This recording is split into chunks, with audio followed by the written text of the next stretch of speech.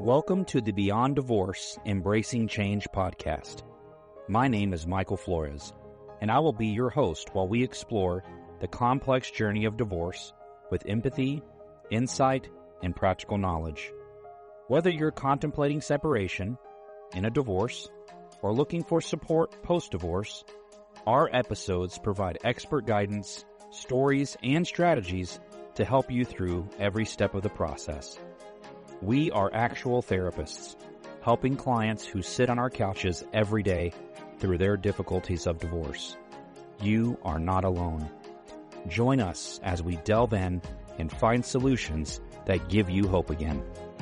We're glad you're here. This podcast is not intended to replace legal or personal help. This podcast is for informational purposes only. Well, Janan, I want to thank you so much for being here on this particular topic. We kind of did something similar. We talked about true lies in one of the episodes. And so now we're talking about just enough. Just enough. And I want the listeners to understand we're going to give them just enough. That's what we're doing. Information to be helpful to them when it comes to talking to their kids about the divorce. Yes. And it's so funny. I'll ask you this, John. How often would you say that this is a topic that comes up in the counseling setting, where the parents are either bringing it up or it's already been brought up that the kid either knows too much information about the divorce or they want to tell the kid about things? How often is that coming up in your cases? All the time. And usually what the line that I hear is, I don't want to lie to my kids. Oh, yeah. Or I have to be honest with them or something like that. Yep. Like that's what we get usually. And that's kind of where we have to figure out how to toe that thin line of, no, I'm not going to lie to my kiddo, but is this falling into oversharing? Yeah, then we get into the idea, is the kid asking or is the parent telling? Right. And either way, it still falls on the responsibility of the parent. Either way, whether the kid's asking or not, it's the parent's responsibility ultimately. Yeah. And so maybe this is a great podcast topic to go over when it comes to, what do you do, parents, right, when this comes up? You agree? Yes. So maybe we start with the first part is, what are the parents' intentions? Yes. And I say that I'm going to use the word intentions very loosely because obviously we don't know your all's intentions, right? However, I can infer, and comment below if you don't agree. Or if you do agree. I don't care. I like it better when they don't agree, and then I can talk more through it. But it's okay. If you do agree, just shoot a thumbs up. If you don't agree, let us know. Let us know. So one of the intentions is, I will say that I think that most of the time when parents want to talk to their kids about the divorce or what's happening or something like that, I think they do have good intentions. I think overall, I want to assume that. I'm going to assume that they're not trying to be malicious. They're not trying to hurt their children. They're not trying to be like, you know what, I'm going to say this and I'm going to just, tear my kid apart because I feel bad. What benefit do you think it serves us as counselors and even the co-parent to look at it from that perspective of this? They're doing this behavior in some way, but I'm not going to take it as if it's intentional. Like, what difference does that make for them to look at it from that perspective? Oh, for therapists? For therapists and maybe even the co-parent, the person who thinks that the other parent's doing it with intent. If they look at it from the lens of it's non-intentional, but it is happening, what difference does that make? Well, I think that the difference that it would make would be that, it helps us to be more curious, I think. So we're not necessarily just making a statement, right? Yes, I see that. This is what it is. And so it helps us to be, I'm going to assume that you're not, trying to be malicious and trying to be mean. So then I can just ask more questions. Yes. And then I can get more answers and then I can come to the conclusion. Well, then it makes your conclusive piece a little bit stronger because now you have the information that you needed by starting from a curiosity standpoint, right, or being curious. And I think that's great. That's awesome. Yeah. Okay. So it's important to always be curious. So are we saying that the parents need to have the parent that thinks this is happening, the kid's being overshared with information, or they're getting way more than enough, that the other parent should look at it from the perspective of this is non-intentional? I think that's really important. Okay. Yeah. Because then you can be curious, right? You're open. Yes. You're open to possibilities.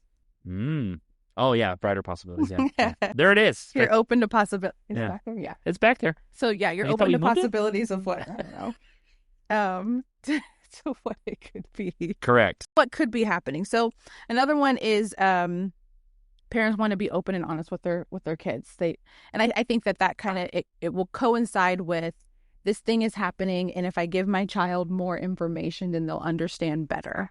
Yeah. What's happening and why it's happening. And so it'll make them feel better. I really do think that parents think that this more information is going to make them feel better, because if they get more information, then they feel better. Well, what is that true, or is there something that is 100% not true? Okay, then what would make it true? What would make what true? Sorry.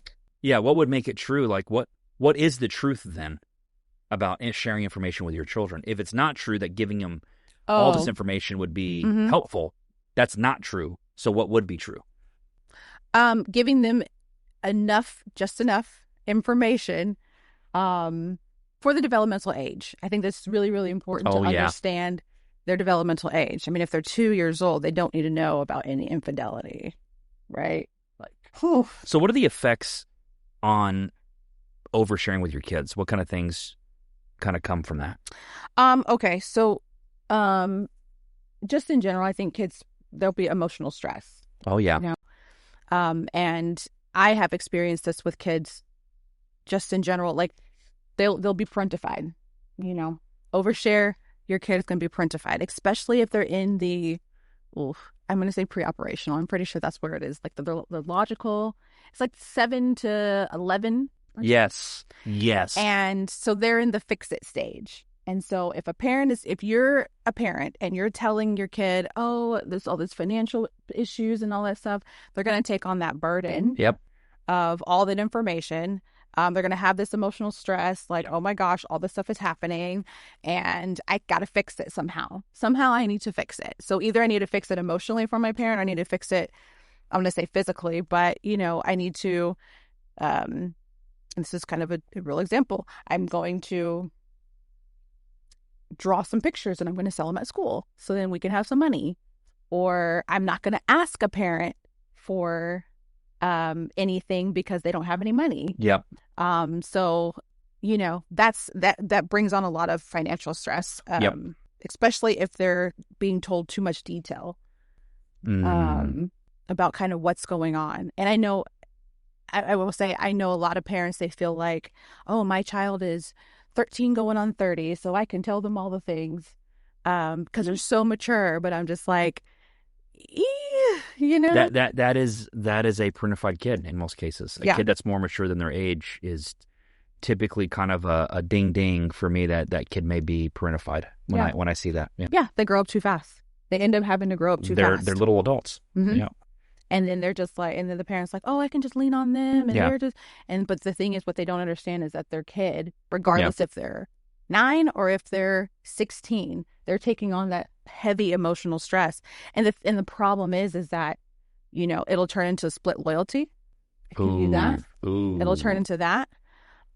Because now I have to take care of, let's say, dad's feelings, and this is because of mom. So now I have to split my loyalty. I can't be. Yeah. I have to reject one to love the other or to help the other, protect the other. Yeah. Yeah, exactly. And then we get into the bleeding over into now we're being alienated. See how it just all kind of like links. Yeah. So the effects of what are the other things that parents need to know of how this affects children when you overshare and you give them more than enough, not just enough? They can have feelings of guilt. Mm-hmm. And it kind of goes along with what I said before, which was, I don't want to ask for this thing because I'm going to put more of a burden on a parent. Oh, wow. Because now I feel guilty asking for a new pair of pants. Mm-hmm. I don't want a Christmas this year. Yeah. I don't want anything for Christmas because I know that mom can't afford it or dad can't afford it because they've been talking about how much they can't afford. And it all attributes to the divorce. Or think about this. Let's say there was something that happened between mom and dad, or happened between kiddo and I'll just say parent B. How about that? Okay, parent B. Something happened between kiddo and parent B, and then boom, next day we get the information that there's a divorce. What are they going to be thinking? Yeah, it's my fault. This happened because of me. Wow. And then the thing is that and then what is a parent going to do? They're going to be like, oh well, this is, I mean, you're supposed to say, it's not your fault, right? It's not your fault, blah, blah, blah, all that stuff. However, if you share too much, they're still going to have that guilty feeling like this is on me. Yeah, it feels like what you're saying is when parents share too much, the kid takes on the burden of the parent. Ultimately, that's what's happening. Yeah. And the kid then has to respond to that burden to try to alleviate that pain that parent's experiencing, which bleeds into parentifying, alienating, triangulating. All those, all the Asian series, if you haven't heard it, that's what that's all about. And then they get into the split loyalty of I have to reject one to have the other. But the hardest thing I think you said today that's the most difficult for the children is the guilt and self-blame. Yeah, they will. Because then the child thinks that they have created or done something in some way. There was you ever seen the show Between Two Ferns? Yes. With Zach Galifianakis? Yes. So Zach Galifianakis has, I forgot her name, Brie. Oh, Brie Larson?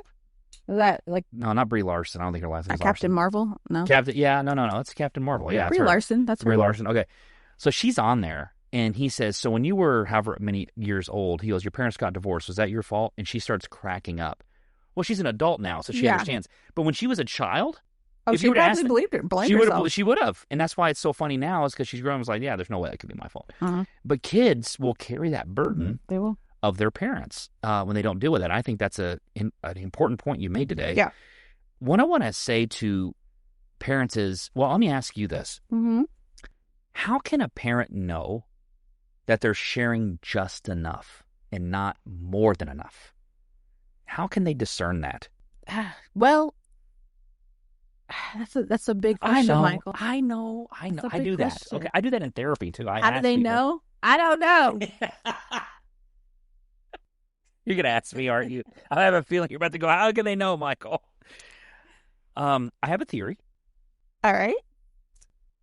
My theory is that when a child is asking about something, it's possible that they're at the right age for that type of question. But here's the difference. Sometimes kids will use certain words that are not child words. Okay. And it sounds like it came from someone else. So what I've learned to do is when a kid uses a word that I'm not used to a child at that age using, I go, tell me what that word means. Now, some kids will get smart and go, you don't know what that means? Almost challenging me so that I'll tell them. That's what I do. Yeah. To you. Yeah, you do. And I'll do it with you. But when a kid's doing it and they go, you don't know what that means? And I go, why don't you tell me what it means to make sure that I have the same definition you have? Mm-hmm. Yeah. And then they go, well, I don't know. And so then it's easy peasy. It's where did you hear this word, right? It's so simple. However, when a kid is asking a question, it's typically coming from a curious place. Yeah. But we like to go, why are they curious about this, right? So let me do this. I had a fun idea while you were talking. What do kids not need to know about, even if they want to know? When it comes to divorce? Yeah. So even if the kid's asking the question curiously, not being alienated, the kid's just asking questions. I noticed you spent a lot of time with John or a lot of time with Marcy or whoever this person is. And I want to know, were you talking to this person before you and dad or you and mom got divorced? Like, is that something you answer? Do you say, yeah, I think your parent cheated on me? Do you ever tell them about infidelity issues? No. Be an example? No. So never tell them. If No. there's an infidelity. Okay. Even if they want to know. Doesn't matter. Got it. Well, because it's a parent issue. Ooh. Infidelity. It's a marital issue. It's a marital issue, yes. Or partner issue, or whatever you want to call it. Yeah. Like, what does that have to do with your kid? Like, what does that have to do with them? And a lot of times I think thinking in the vein of what should I tell my kids or when is it too much? It's like, is this about my kid? Yeah. Or is this about me? Right. What about money? Should the kid know about your money situation? Definitely not. Okay. So we'll put that on the list. What if it's related to child support? Oh my gosh. Don't even get me started on that. So I'm assuming that's a no. That should never even be in a kid's vocabulary. What is that? Child support, right? But they know. I've had kids come and say that. I have a 5-year-old talking to me about child support. I already know. You're not kidding. And no kid knows about the word child support. So infidelity, marital issue. Leave it with the marriage, not with the kids. Yeah. Money, child support, your money, your financial situation. Here's the hard one. Parent goes to the store, kid asks for something, parent wants to buy it, parent can't afford it. right? They pay the attorney all these thousands of dollars. They're paying for counseling, Mm-hmm. whatever they're paying for. But all this stuff they have to pay for and they can't afford it. What do they say to the kid? They say no. I don't know. Like, just, I mean, what would you say usually, you know? Yeah, good point. Like, What would you say if you weren't in the I situation? was like, why is there anything different? If they can't, I mean, if they can't have it, then they can't have it. Why don't you remind me at Christmas time? Mm-hmm. Why don't you remind me on your birthday? Do something like that, because if it's really important, they'll remember. Oh, yeah. It was like, can't do it right now. You know how many times my kids have asked for something and then a week goes by and they forgot about it? Mm-hmm. You know what I say? I always say, let me pray about it. Do you actually pray about it? No. Janan! Janan. I don't, and then I forget, and they forget. So, or I will tell you, like, it was with my nieces, and I did it so many times that I would say, let me pray about it, and they're like, that's a no. And that was the end of it. Well, there you go. My dad's no was maybe. Mm-hmm. My dad's version of no was always maybe, because my dad never wanted to tell me no. So he said, well, maybe. We'll see. Yeah. Maybe we'll see. If I heard that, I knew what that was. It's a no. That's okay. It's consistent. I know what to expect with it. Maybe we'll see. And one time I said that to him. So we're not going. It was Toys R Us. I wanted to go there. Mm-hmm. And my dad, he said, maybe we'll see. I'll never forget it. Because I remember that was the first time in my life. I don't know how old I was, but I realized that meant no, because I had had it happen so many times. Mm-hmm. And I literally said, well, then we're not going. And my dad's response was great. He goes, well, since that's the case, then we won't go. I was like, damn, that was crafty. Well, since you already believe it's a no, then we'll just make it a no. There you go. And that's true. Yeah. I was like, you know, he wasn't being harsh. It was, we couldn't afford it. I look back now as an adult, I realize he couldn't afford it. And your kid, here's the thing I should say then. Don't you think your kids are going to figure this out when they're adults anyway? So why do they need to know it while they're children? It's always better for kids to be able to process this when they're adults rather than processing it when they're kids. Say more. What do you mean? Why? Because, I mean, you think about it, when things, I mean, even if you talk about like a death loss, we're always going to process this stuff at a different age in a different way. Mm-hmm. And so you get the information that somebody died, mm-hmm. you know, at 5, let's say, and you're talked to at a different developmental level, you know, or at your developmental level or something like that. Right. It's easy to process when you're talked to at your level. Right. But then when you're an adult and you learn more, it's like, I don't know. I mean, obviously life happens and all that stuff, but right. It's like when you're at a point where you can critically think, you can be curious, you can be open, you can look at things at different angles. Mm-hmm. It's not just black and white. It's not just right and wrong and all mm-hmm. that stuff when you're an adult. So then what happens is you get more information and you can process it and you can actually internalize it, but not make it about you. And the best part is that the child gets to a point in their life where they're now independent of you as parents. And so they get a whole different view of the whole thing, and they can independently make a decision of what things are. Right. You know, a child from 18 to however long the rest of their life is much longer and shorter than a child from 7 to 18. And I tell people that because it's like you got to play the long game here, which is, you know, your child, the most important, let me ask it this way. Maybe I should ask it. What does a child really want to know about what's going on in divorce? Like, what's really important to the child, regardless of developmental stage? Yes, that it's going to be stable, that their parents love them, that things are going to be consistent. I think really stability. Like, am I going to be taken care of? Is it going to be secure? That's really what they're looking for, is security and stability. How about that? Succinct. It's almost like, what should I expect? I think this is real personal, but I'm going to share it anyway. My dad had a conversation with my brothers once. He was considering the possibility of whether or not he was going to stay married. Mm-hmm. And this was years ago. One of my brothers was still in high school. And my dad said, I may make the decision, I may not. I don't know what to do. Because the truth is, I love your mom. And I don't know if I'll ever stop loving her. I'll never stop loving your mom. I mean, we have a family, children, everything else. But I don't know if I can continue to live like this. And I watched my dad have this conversation. He did a great job. He made it about him, the marriage, not about their mom and who mom was to them. That's their decision. The only question my brother asked my dad is, if this goes through, y'all divorce, do I have to change schools? Mm-hmm. And I thought about that, and I thought that was really his only thought, which really led me to believe and understand at that time, because years ago, was that they just want to know what their life's going to look like as a response to their parental change. Right. If my mom and dad are going to split, live in 2 different homes, what's my life going to look like? Mm-hmm. And once that can be clear for them and it's succinct and it's whatever, they figure it out, right? Kids are truly resilient. They may not like the back and forth, may not like the travel. I don't like living out of a backpack. However, the kids find a way through it. Mm-hmm. They do. Kids are really cool. I think that's why I like doing this job, is because the kids, I'm going to be honest with you. Yeah. It's I the mean, kids.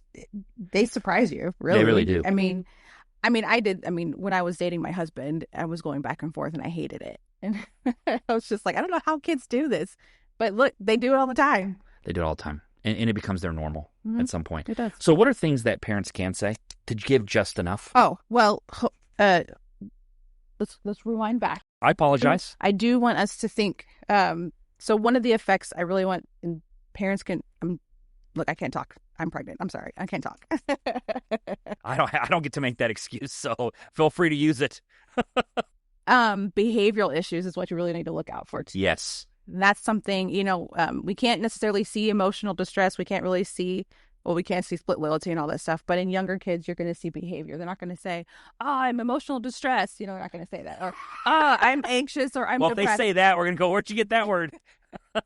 Yeah. So a lot of times you're going to see it in behaviors. They're going to be acting out. Yeah. Especially like the younger kids, if they feel like they're like stressed out because of the divorce, or they're being told too much or something like that. And a lot of parents are going to be like, oh my gosh, like, now they're getting into fights at school, or now they're talking back, or they're not paying attention in class. They have ADD. They're not focused, and I think that they're ADHD, and should I get on medication and all that stuff? Really think about how much do they know now? Most kids at divorce get diagnosed with ADD or ADHD because it's an anxiety response. Did you know that? Yeah. So the kid has nowhere to go. They're stuck in a classroom. So what do? They check out. And when they check out, they look like they're not paying attention, when in reality, they're thinking about what's going on at home. Mm-hmm. You know what I mean? It's so sad, and you're so right about that. The behavior will play out, and instead of looking at the kid's behaviors, understanding where it's coming from. Right. The kid does not need to carry the emotional burden. When you've done too much, in my opinion, because your kid's carrying the burden. Yeah. That's when it's more than enough. Yeah. Right? So let's go to the parents that want to learn what's just enough. So can we get into that? What are things they can say? We can. Do you want to start with just like developmentally, or what are you thinking? Yes, I've wrote it down, so I'm going to. Ooh, nice. Got notes. Because I ain't going to remember it. So y'all write it down too. Or just rewind. Okay, so toddlers and preschoolers. I'm going to give you just one thing to say. You can say stuff like, we both love you very much, and not a lot of things are going to change. If not, a lot of things are going to change. And I'll say like, or you'll see both of us, something like that. So nice. Then what they know is I'm going to see both my mom and dad, and they love me. Mm-hmm. And that's really all toddlers need to know. Yeah. Toddlers keep it about, we love you. It's about them. It's not about you. And I'll tell you, like, a lot of times I've had conversations with parents who are going to divorce, and they talk to toddlers, and they don't really care, to be honest, because they have no clue what a divorce is. They don't know. They don't understand. Okay. Things to avoid: negative comments about the other parent. Oh, gosh, yes. Or asking them to make a choice. Should a parent ever share their negative feelings about whether they have an opinion on how they parent or not? Should they share that opinion with the kid at any point in time? No. No, ever. Never. Okay. Your opinion doesn't matter. Got it. About the other parent. Got it. To the kid. But your opinion matters to yourself. Ooh. And your friends. Ooh. That's why it's called an opinion. But it's a fact, Janon. Sure. Okay, continue. Okay, so if we're thinking about ages in early elementary, you can always say, this is a grown-up decision. Ooh. Yeah. So then it's almost like you're really pulling it away from them. Yeah, it's mine, not yours. This is a grown-up decision. Gosh, I wish more people said that one. All right. And you want to not talk about or not vent your own feelings. That's it. Yeah, monitor self. I'm not giving a lot. I'm just giving a little. All right. Tweens. What is that age? 10 to 12. 10 to 12? Mm-hmm. Okay. Like right before your teenage years. Oh, middle school? Yeah. There. Okay. Mm-hmm. Like 6th grade, 7th grade, something like that. Okay. Let's see. I wouldn't say that. It's more than enough. I would say for them, they're going to get into like this critical thinking stage. So you can always say, we want you to feel free to talk to either of us about how you're feeling. So what you're doing Ooh. is you're not necessarily giving them information, but you're allowing them to talk to you about how they're feeling. But you said feel free to talk to either of us. Either of us. Because so you're keeping it open for both of us, both of parents, right?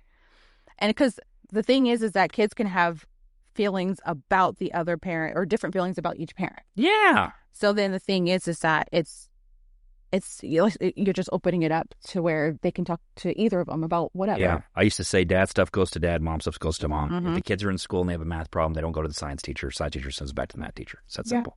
Yeah. Yeah. All right. Avoid turning them into a confidant. Ooh.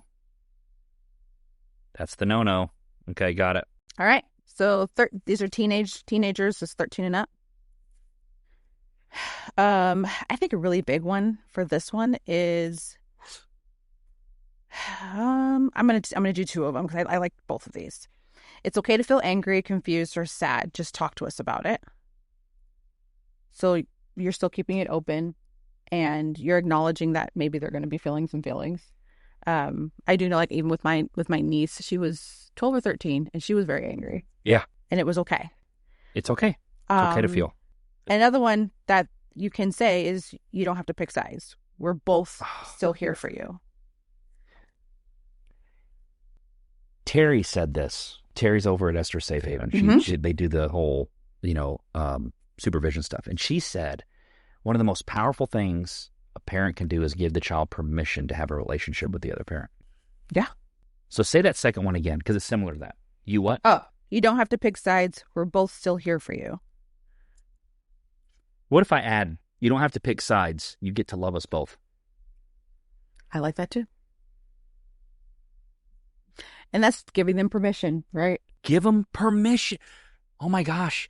One time I had a parent come in and they were so concerned about how the child was going to view the other parent because they felt the other parent wasn't good for them. Mm-hmm. And I said, how did you come to the conclusion that this person wasn't good for you? And they told me. And I said, do you don't think your kid's smart enough to figure that out? Right. Now, if they figure it out because you told them, it's going to be very different than they figured out because they experienced it. Mm-hmm.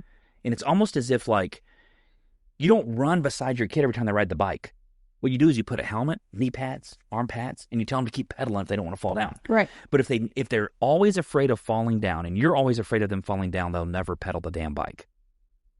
So to me, I told my daughter when she was riding her bike, I said, when you decide you're no longer afraid to fall, and no matter if you fall or not, you're going to get up, that'll be the day you learn to ride your bike. Let me tell you what she does now. What do you think? You think she's riding her bike? I think she's riding her bike. She's riding her bike because I gave her permission. I let it go. You have my permission to figure it out, right? Mm-hmm. You don't have to pick sides. You get to love us both. Yep. And get to is a good thing to say. Not you have to love us both. You get to. You get to love us both. Yeah, permission. Mm-hmm. It's permissive. Woo. And a thing to avoid is sharing deeply personal details. Don't do it with your teenagers either. Okay. And that's all I'm giving y'all. That's all you're giving them. So let me do a recap. Here's things your kids do not need to know, even if they want to know.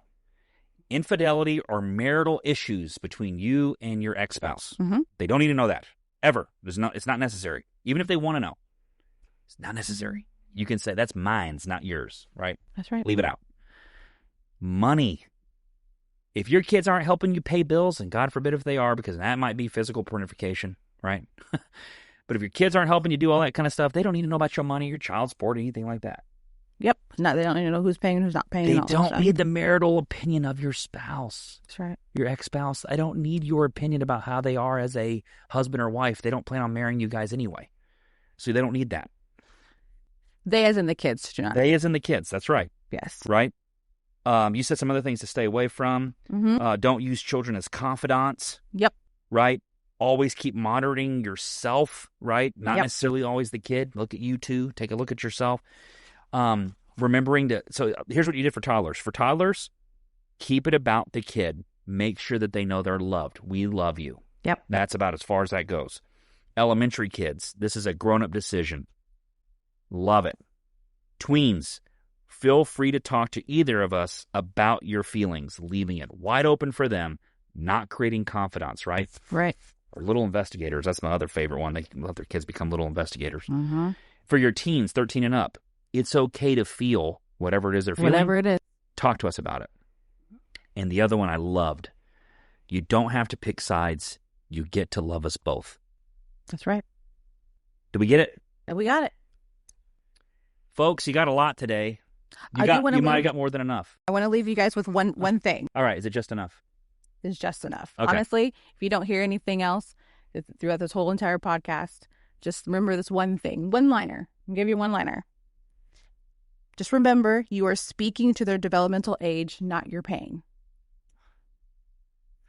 I left it at the end so we didn't have to go through all of that. No. It's good. It's good. I'm just kidding. No. You are speaking to their developmental age. Not pain. Your pain. Right. That's it. That's just enough. Just enough. Well, everyone, we thank you for being here. We love it. Janan, thanks for being here. We're going to miss you for a little while. Yeah. Mama. You got some cool stuff coming along. So we're very happy for Janan. We're happy for all of you that have consistently listened to our podcast. I want to thank you immensely for that, and for the fact that you've taken the time to give us the feedback, because what it does is it encourages us to do more. And for those of you that disagree or want us to talk more about a certain topic, send it in. Let us know. We're okay with that. That's what causes us to have more information and know how to better serve. So we appreciate you so much. We thank you. If you haven't already subscribed to the podcast, I encourage you to do so. Please stop waiting. Every Tuesday, there's a new episode. We love you guys. Keep moving forward, everyone.